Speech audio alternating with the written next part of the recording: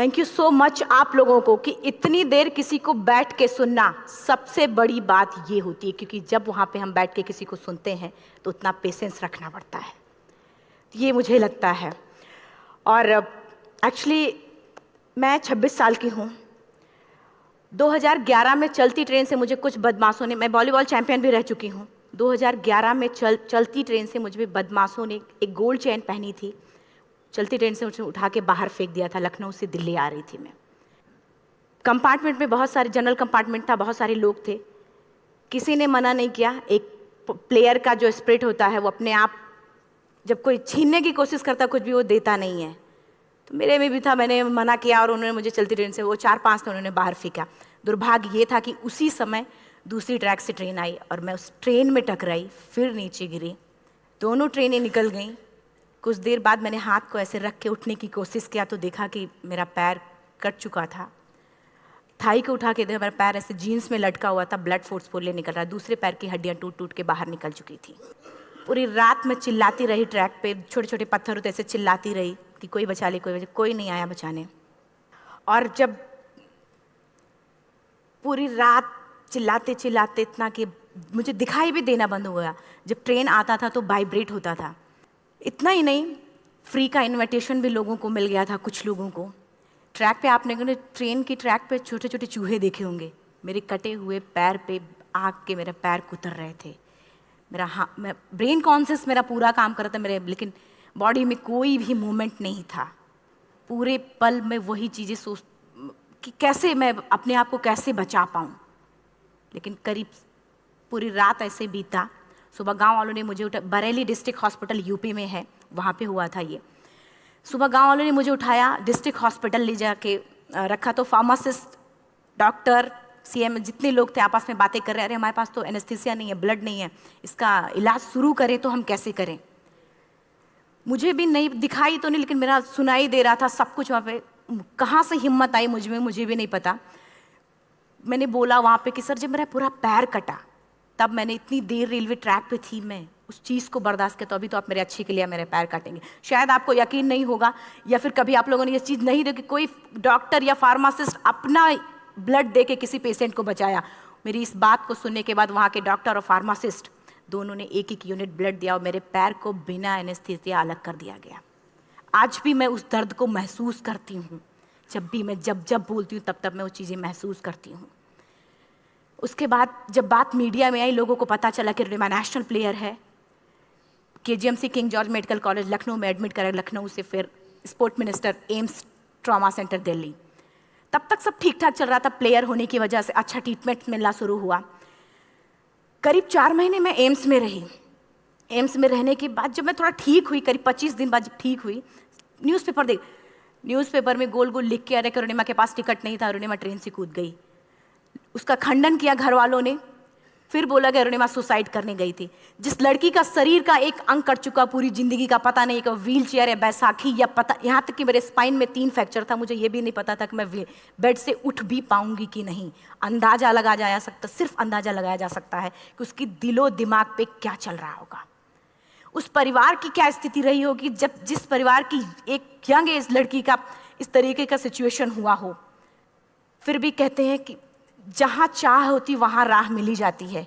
AIIMS के hospital के bed पे मैंने डिसाइड किया, क्योंकि अपनी बातें हम चिल्ला चिल्ला के करें, वो सिस्टम की इतनी हाई लेवल की बातें हो रही थी कि हम एक मध्यम वर्गीय फैमिली से थे, हम अपनी बातें चिल्ला चिल्ला के कह रहे थे, लेकिन कोई नहीं सुन रहा था।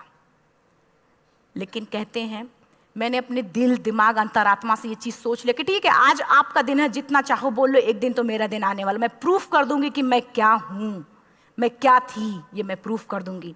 हॉस्पिटल के बेड पे डिसाइड किया वॉलीबॉल लाइफ का सबसे टफ गेम करना है, तब मैंने माउंटेनिंग चुना। जब मैंने माउंटेनिंग कहने और करने में बहुत फ़र्क होता है। जब मैंने माउंटेनिंग की बात सोची और लोगों के सामने, सबसे बड़ी चीज़ थी सही गाइडेंस में ट्रेनिंग लेना, दूसरा स्पॉन्सरशिप। इतना बड़ा एक साथ तो मैंने 40 से 50 लाख मैंने वाकई में कभी नहीं देखे थे पहले। मेरे लिए बहुत बड़ी चीज़ थी वो इकट्ठा कर पाना। जब मैंने लोगों के सामने रखा कि मैं माउंटेनिंग करना चाहती हूँ, एवरेस्ट के लिए मुझे ट्राई करना है, हर किसी ने मुझे बोला कि क्या है, पागल हो चुकी हो क्या, तुम्हारा दिमाग खराब हो चुका, तुम कभी नहीं कर सकती माउंटेनिंग। एक पैर आर्टिफिशियल है, दूसरे में रॉड है, और तुम्हारा दिमाग खराब है, स्पाइन में भी फ्रैक्चर है, तुम पागल होगे, चुपचाप कोई नौकरी करो, जीवन यापन करो। क्योंकि लोगों का सबसे बड़ा प्रॉब्लम ये होता है, लोग फिजिकल देखते, पैरों को मेरी अंतरात्मा में क्या चल रहा था वो तो किसी को पता ही नहीं था। मुझे लगता है कि आज यहाँ पे मैं भी सुबह से देख रही हूँ, इतने अच्छी अच्छी चीज़ें मैंने सीखी यहाँ पे। बहुत बड़े बड़े स्पीकर को शायद आप लोगों ने भी सुना, आज मैं भी आपको यहाँ पे कि चाहे जितना मोटिवेट करूँ, चाहे जितना चीज़ें मैं बताऊँ, लेकिन मुझे लगता है सबसे बड़ा मोटिवेटर कौन होता? आप खुद। जिस दिन किसी भी लक्ष्य के प्रति आपकी अंतरात्मा जाग गई, आपको कोई नहीं रोक सकता उस लक्ष्य को पाने में। ये मैं किताब से बातें नहीं बोल रही हूँ, ये मैं एक एक पल मैंने ये मैं कोई भी किताब की बातें नहीं, एक एक पल आज जो मेरा 26 साल का एक्सपीरियंस है वो मैं बता रही हूँ सिर्फ आपको। उसके बाद किसी तरीके से मैनेज किया मैंने। भाई साहब, मेरा परिवार मेरा बैकबोन था। परिवार ने मुझे, भाई साहब ने मुझे कहा कि मैडम बछेंद्री पाल जिन्होंने 1984 में एवरेस्ट समिट किया, उनसे मिलते हैं, वो जरूर कुछ ना कुछ करेंगे। हॉस्पिटल से निकलने के बाद मेरे राइट लेग में स्टिचेस लगी थी। मैंने डायरेक्टली घर जाने की बजाय, जब लोग ये सोचते कि मुझे अपना जीवन यापन कैसे करना है, जब लोग ये सोचते हैं कि मुझे अपनी ज़िंदगी के मेरे दिमाग में सिर्फ 2 चीज़ें चल रही थी, मुझे इनका जवाब कैसे देना है और एवरेस्ट समिट कैसे करना है। फर्स्ट तुरंत गए बछेंद्री मैम के पास। जब मिले, मैम ने फर्स्ट टाइम जब मुझे देखा तो उन्होंने कहा, अरुणिमा, उनकी आंखों में आंसू आ गए। उन्होंने बोला, अरुणिमा, तूने ऐसी हालात में एवरेस्ट जैसे दुरूह पहाड़ के बारे में सोचा तो तूने अपने अंदर तो एवरेस्ट फतह कर लिया, अब तो सिर्फ लोगों के लिए। मेरे परिवार को छोड़ के बाहर की पहली ऐसी महिला थी जिन्होंने मुझ पे भरोसा किया था कि हाँ अरुणिमा, तुम कर सकती हो। मेरे लिए वही बहुत बड़ी चीज़ थी। प्लानिंग भी कर ली, मैम भी मिल गई, सब हो गया। लेकिन जब उतरते हैं फील्ड में तब पता चलता कि हम क्या हैं। रोड हेड से मैं पहुंच गई। मैडम ने कहा कि ठीक है, तुम्हारे कहने, तुम्हारे सोचने से कुछ नहीं होगा अरुणिमा, प्रूफ करो कि कर सकती हो। मैंने कहा बस एक मौका चाहिए मुझे। वाकई में जब मैं माउंटेन में पहुंची, रोड हेड से बेस कैंप लोगों को 2 मिनट लगता था, मुझे 3-3 घंटे लगते थे, क्योंकि मेरे राइट लेग की हड्डियां भी नहीं जुड़ी थी। लेफ्ट मेरा आर्टिफिशियल लग चुका था, लेकिन स्टंप एकदम रेड, उसका मतलब घाव एकदम नए थे। मैं अगर पैर रखती थी तो मेरे पैर से जोर से अगर दबा देती थी तो पैर से मेरे ब्लड आने लगता था। सारे लोग नॉर्मल थे वहाँ पे। हर कोई ये बोलता कि एक पीक के लिए जाते थे तो हर कोई मुझे ये बोलता कि अरुणिमा, तुम धीरे धीरे आओ। मेरे दिमाग में हर बार यही बात चलती थी कि क्या है, मैंने एवरेस्ट का प्लान किया, मैं इनके बराबर भी नहीं चल पा रही हूँ। खुद से संकल्प लिया कि कोई बात नहीं, एक दिन ऐसा आएगा कि मैं इनसे पहले जाऊँगी। और आपको शायद यकीन ना हो, आने वाले 8 महीने बाद पूरा का पूरा वेट उठा के बेस कैंप से साथ निकलते और टॉप पे पहले पहुंचते। ऐसे करके देखते थे कि अरे ये लोग तो पीछे। खुशी होती थी। उससे भी ज़्यादा मुझे खुशी तब होना शुरू हुआ जब वो सारे लोग आके मुझसे ये पूछते, मैडम खाते क्या हो, बता दो, पैर नहीं है फिर भी कैसे चलते हो। उसके बाद पूरा मुझे स्पॉन्सरशिप मिला। मैं जब एवरेस्ट के लिए गई, मेरे लिए सबसे बड़ा, एवरेस्ट की जर्नी में मेरे सबसे बड़ा चैलेंज यही था कि दूसरे को समझा पाना। मैं नहीं समझा पाती कि भाई मैं कर सकती हूँ। जब मैं एवरेस्ट के लिए, शेरपा होता, शेरपा को जब ये बात पता चला कि मेरा प्रोस्थेटिक लेग है, आर्टिफिशियल लेग है, दूसरे में रॉड, बोला नहीं ले जा सकता, इसकी वजह से तो मेरी भी जान जाएगी। मैडम ने, हमने सबने कन्विंस किया किसी तरीके से। मन वाकई में जो टीवी में हम और उसमें फोटोज़ में देखते हैं, ब्लू और ग्रीन आइस हिला देने वाला होता, जितना सुंदर दिखता उतना ही हिला देने वाला होता। जब मैं हमारे ग्रुप में 6 लोग थे, रॉकी एरिया तक मैं सबसे पहले थी, लेकिन जैसे ही मैं ग्रीन और ब्लू आइस में गई, मेरा आर्टिफिशियल लेग स्लिप कर जाता था। फ्रंट पॉइंटिंग से, जब मैं फ्रंट क्रैम्पोन से फ्रंट पॉइंटिंग मारती थी, लेफ्ट से पेन होता था तब भी करते, लेकिन आर्टिफिशियल जैसे फ्रंट पॉइंटिंग मूव हो जाता, मेरा पैर ही मूव हो जाता था। शेरपा मुझे बोला नहीं हो सकता अरुणिमा, जबरदस्ती मत करो। मैंने कहा कुछ नहीं, ये मेरा पैर है, मैं जानती हूँ कैसे चलेगा। फाइनली 1, 2 बार, 3 बार करने, 4 बार, 5 बार होल हो जाता था। आइस थोड़ा टूट के निकलता था तो मैं वहाँ पैर रख के जाती थी। कैंप 3 तक ठीक था, प्रॉपर एक्लेमेटाइज किया अपने आप। कैंप 3 तक जनरली गए। बात जब कैंप 3 के ऊपर की होती है, साउथ कोल समिट, अच्छे माउंटेनियर, अच्छे दिलेर के हौसले धरे के धरे तब रह जाते हैं जब अपनी आंखों के सामने किसी को मरता देखता है, और दिमाग में बात, जब जिसको डिसीजन मेकिंग, और जब दिमाग में बातें जब ये आने लगती हैं कि अरे जिस चीज़ के लिए हम जा रहे हैं उसी चीज़ के लिए आदमी मर रहा है, इसी चीज़ के लोग लिए मर चुके हैं। रात में क्लाइंबिंग, ज़्यादा से ज़्यादा माउंटेनिंग रात में की जाती है क्योंकि वेदर शांत होता है। जब मैं रात में निकली साउथ कोल्ड से, कैंप 4 से, मेरी हेडलाइट जिधर ही हेडलाइट जा रही थी उधर ही डेड बॉडीज़ मुझे नज़र आ रही थी। मेरे रोंगटे खड़े हो रहे थे, मुझे समझ में नहीं आ रहा था कि मैं करूं तो क्या करूं। इतना ही नहीं, मैं जिस रोप में थी उसी रोप में जब मैं आगे जा रही हूं और एक बांग्लादेशी, उनका हाथ हल्का हल्का ऐसे हिल रहा, मुंह से आवाज आ रही थी। मैं एक्सप्लेन नहीं कर सकती मुझे कितना डर लग रहा था। बार बार ये बार बार मन में आती, इसका ऑक्सीजन खत्म हुआ है, ये मर चुका है लास्ट सिचुएशन में, और हम कुछ नहीं कर पा रहे हैं, क्या करें। उसके बाद मैंने 10 से 15 मिनट सिर्फ मैं वहाँ खड़ी रही।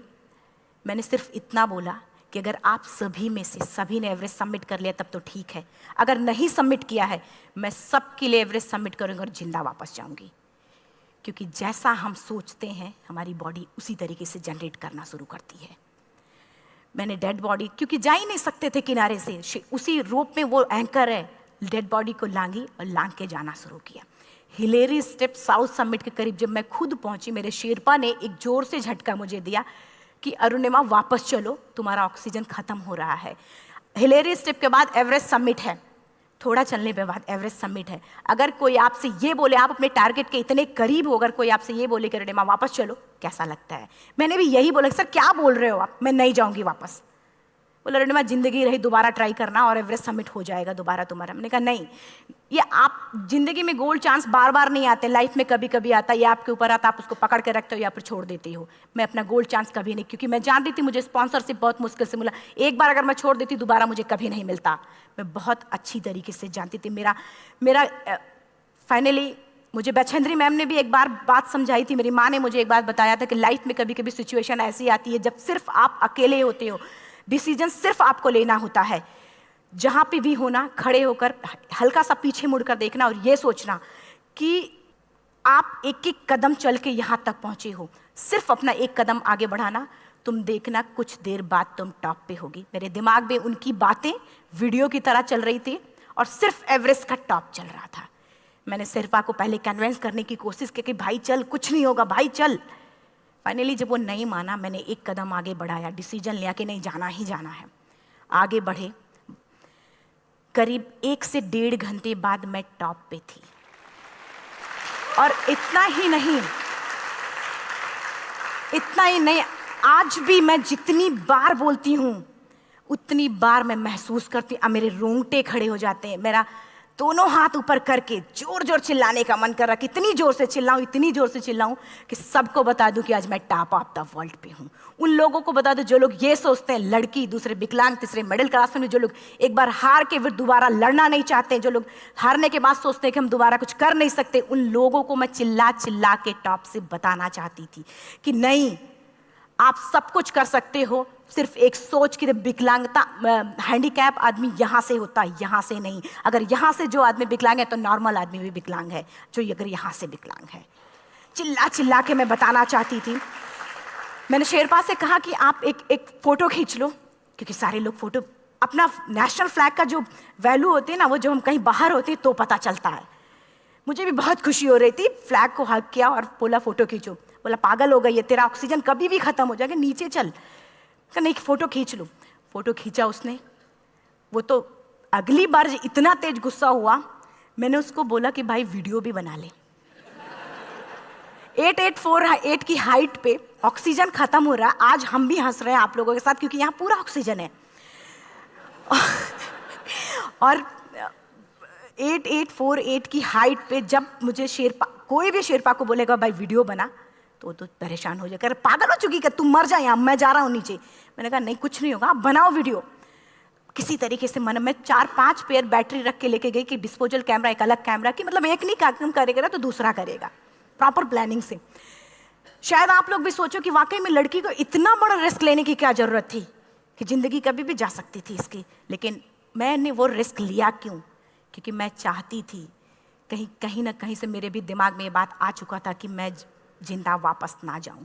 मैं चाहती थी कि अगर मैं जिंदा ना जाऊं तो ये वीडियो मेरे इंडिया शेरपा से मैंने यही बात बोली, ये वीडियो अगर मैं जिंदा नहीं जाती हूँ, ये वीडियो मेरे इंडिया पहुँचा देना, मेरे यूथ तक चला जाएगा। क्योंकि मैं चाहती थी कि 11 अप्रैल 2011 को मेरा एक्सीडेंट हुआ, 21 मई 2013 10:55 पे मैं टॉप ऑफ द वर्ल्ड पे थी। ऑलमोस्ट 1 से 2 साल के अंदर कैसे यहाँ से मैंने ये चीज़, मैंने कभी भी कामयाब होने के, मेरी वो जिंदगी बन चुकी थी, मेरा जुनून बन चुका था, मेरा पैशन मेरा जिद बन चुका था। वो मेरा सोते उठते बैठते सिर्फ मुझे एवरेस्ट दिखाई जाए। और मुझे लगता है किसी को भी अगर अपना लक्ष्य पाना है, यहाँ से अगर वो पागलपन जब तक नहीं आएगा तब तक नहीं होगा। वो फाइनली उसने वीडियो बनाया। आप बोल रहे फटाफट रोनिमा नीचे भागो। जब मैं टॉप पे थी तो कुछ लोग और भी थे, लेकिन 10:55 पे मैंने एवरेस्ट समिट, 11 बजे के बाद अगर कोई अटैम्प्ट करने की कोशिश करता है उसको सुसाइड अटैम्प्ट बोलते हैं। जैसे ही मैं नीचे चलना शुरू की, मैंने कहा भाई हाँ चल नीचे चलते हैं। ज़्यादा से ज़्यादा मौतें नीचे आते वक्त होती हैं एवरेस्ट पे। जब मैं नीचे आ रही हूँ, थोड़ा दूर ही मैं नीचे चली थी, मेरा ऑक्सीजन पूरी तरीके से ख़त्म। सिर्फ अंदाज़ा लगा सकता कि जब ऑक्सीजन ख़त्म हुआ क्या परिस्थिति रही होगी। मैं ऐसे नीचे गिर गई और शेरपा मुझे बोला कि रोनिमा मुझे यकीन नहीं था कि तू एवरेस्ट सबमिट कर पाएगी, लेकिन फिर भी तूने किया। मैं चाहता हूँ कि रोनिमा जिंदा चल, तू वापस उठ, खड़ी हो। मुझे खड़ा करने की वो कोशिश कर रहा था बार बार, मैं खड़ी नहीं हो पा रही थी, वाकई में दम ही नहीं था। लेकिन फिर भी कहते हैं कि जैसे हमारे नियम होते हैं वैसे ऊपर वाले के भी नियम हैं। उसकी लिस्ट में जब मेरा नाम नहीं है तो वो मुझे नहीं ले जा सकता। अगर दूसरी चीज़, मेरा कॉन्सेप्ट एकदम क्लियर हो चुका था। जब रेलवे ट्रैक पे मैं थी, रेलवे ट्रैक पे 7 घंटे में पड़ी थी, 49 ट्रेन अप डाउन हुई थी, तो मेरा कॉन्सेप्ट एकदम क्लियर हो चुका था। इसका मतलब है कि ऊपर वाले ने अगर मुझे कुछ बचाया है तो कुछ ना कुछ इतिहास रचने के लिए बचाया है। मैंने पॉजिटिव तरीके से सोचा। और उसी समय एक ब्रिटिश क्लाइंबर नीचे से ऊपर आ रहा था और उसके पास 2 ऑक्सीजन, तो उसने एक को वहीं फेंका और दूसरे को लेके नीचे जाना शुरू किया क्योंकि वेदर ख़राब था। मेरा शेरपा मुझे एंकर किया और जाने लगा नीचे, और वो फटाफट उसको लेके आए, मुझे लगाया। उसने बोला रोनिमा तू बहुत लकी है कि तुझे यहाँ पे ऑक्सीजन मिला है। वाकई में ऊपर वाला भी चाहता है कि तू जिंदा रहे।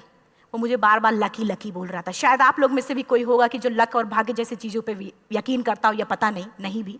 मैं किसी की भावनाओं को ठेस नहीं पहुंचाना चाहती, लेकिन मैं इन किसी भी चीज़ों पे भरोसा नहीं करती, क्योंकि मेरा मानना है कि लक भी उसी का साथ देता है जिसके अंदर जीतने का जज्बा है। अगर आपके अंदर जीतने का जज्बा नहीं है, चारों तरफ सिर्फ बहाने होते हैं, सिर्फ बहाने, इतना सारा एक्सक्यूज़ होता है। शायद मैं भी अगर वापस आ गई होती तो मैं बोल देती मेरा ऑक्सीजन खत्म है, कोई मुझसे पूछने ना बचेंद्री मन, न मेरा परिवार, कोई भी मुझे पूछने नहीं आता। लेकिन क्या कभी मैं अपने आप को समझा पाती? कभी नहीं। फाइनली जो भी था, लक भाग्य किस्मत में नीचे आ रही थी, बहुत खुश थी। माउंटेन, डेड बॉडीज, मेरा शेरपा, ये लोग थे। मैं किसी से शेयर भी नहीं कर पा रही थी कि अरे मैंने एवरेस्ट सबमिट किया, किसी से शेयर भी नहीं कर पा रहे थे। फटाफट मैंने नीचे हील मार के, हमारे से हील मार के नीचे आ रहे थे। एकाएक मेरा प्रोस्थेटिक लेग, पूरा का पूरा लेग ही निकल गया। -60 डिग्री तक टेम्परेचर डाउन हो जाता है एवरेस्ट पे। मेरा हाथ वगैरह ये सब ऐसे मूवमेंट, ऐसे मुड़ नहीं रहा था, ब्लड निकलने लगा था, ये सब यहाँ था। मुझे शेरपा से मैं बोल रही हूँ कि ऑलरेडी मेरा पैर कटा हुआ है, अगर दिमाग में ये बात है कि मेरा हाथ भी काटना पड़ेगा, कैसा लगेगा मेरा दिमाग। क्योंकि ये ऐसा मूवमेंट, रेड 3 स्टेज होती हैं। रेड मेरा हो चुका था, रेड, ब्लैक, ब्लू, ब्लैक हो तो काटना पड़ेगा। तो बार बार मैं बोल रही हूँ शेरपा से कि भाई हाथ मेरा कुछ हो रहा है, इसमें मूवमेंट नहीं हो रहा है, यहाँ सबसे ब्लड हो रहा है। बोला रोनिमा कुछ नहीं, जितना नीचे जाएंगे उतना अच्छा होगा। प्रोस्थेटिक लेग मेरा निकल चुका है, मैं रुकी हूँ, मेरा ऑक्सीजन चल रहा, बड़े मुश्किल से, लक भाग्य किस्मत जो भी था मुझे मिला था। शेरपा मेरे आगे है, लास्ट मोमेंट तक वो मुझे बोलेगा, अगर वो मैं नहीं चलती वो मुझे छोड़ के चला जाए। गलती उसकी भी नहीं होती, क्योंकि वो क्या करे, क्लाइंबर की वजह से, या तो अपनी जान वो भी दी, गलती उसकी भी नहीं है। लास्ट में मेरी आंखों से आंसू निकलने लगा। मैंने सोचा क्या करूं अब, रोने अपने आप आंसू ने कहीं ना कहीं से आ ही जाता है। दूसरे पल मुझे समझ में आ गया कि रोने धोने से कुछ नहीं होगा। मैंने आंसू को पोंछा और रोप, जो मेरी रोप थी, रोप को पकड़ा, दूसरे हाथ से आर्टिफिशियल लेग को, पैर को घसीट के चलना शुरू हो गया, क्योंकि मेरे पास यही था, ये तो दूसरा था, गिव अप कर दो ही चीज़ थी। पैर को घसीट चलना शुरू हुआ। कुछ दूर नीचे चलने के आने के बाद रॉक था, उसमें घुसे, पैर को खोला, सही किया, फिर नीचे चलना। Camp 4 to summit to camp 4 3500 feet है, और इसमें टोटल जनरली लोग 16 से 17 घंटे में सबमिट कर लेते हैं। मुझे टोटल 28 घंटे लगे थे। हर माउंटेनियर, चाहे बाहर का या फिर इंडिया का, हर किसी ने ये मान लिया था कि अरुणिमा जिंदा वापस नहीं आएंगी।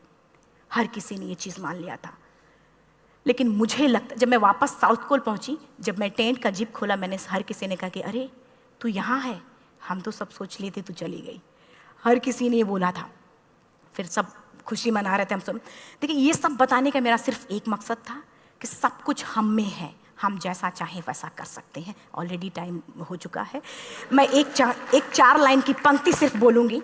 मैं एक्चुअली, मेरा एम है कि मैं वर्ल्ड के जो कॉन्टिनेंट के हाईएस्ट पीक समिट करूं। एशिया का एवरेस्ट हो चुका है, अफ्रीका किलिमंजारो हो चुका है, यूरोप का एल्ब्रुस हो चुका है। 23 नवंबर को मैं जा रही हूँ ऑस्ट्रेलिया हाईएस्ट पीक के लिए। बस आप लोगों की गुड विशेस चाहिए। और 4 लाइन, अभी तो इस बाज की असली उड़ान बाकी है, अभी तो इस बाज की असली उड़ान बाकी है, अभी तो इस परिंदे का इम्तहान बाकी है, अभी अभी मैंने लांघा है समुद्रों को, अभी तो पूरा आसमान बाकी है। Thank you so much, thank you.